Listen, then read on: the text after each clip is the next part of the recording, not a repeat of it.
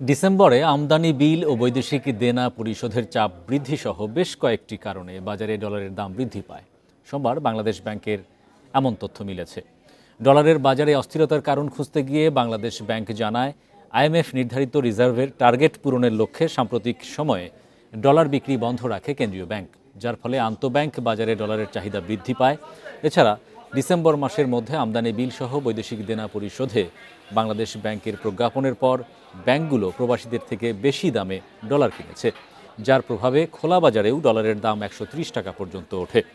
বিদেশি exchange house থেকে হঠাৎ বেশি দরে ডলার কেনায় 13টি ব্যাংকের কাছে ব্যাখ্যা তলব করে বাংলাদেশ ব্যাংক।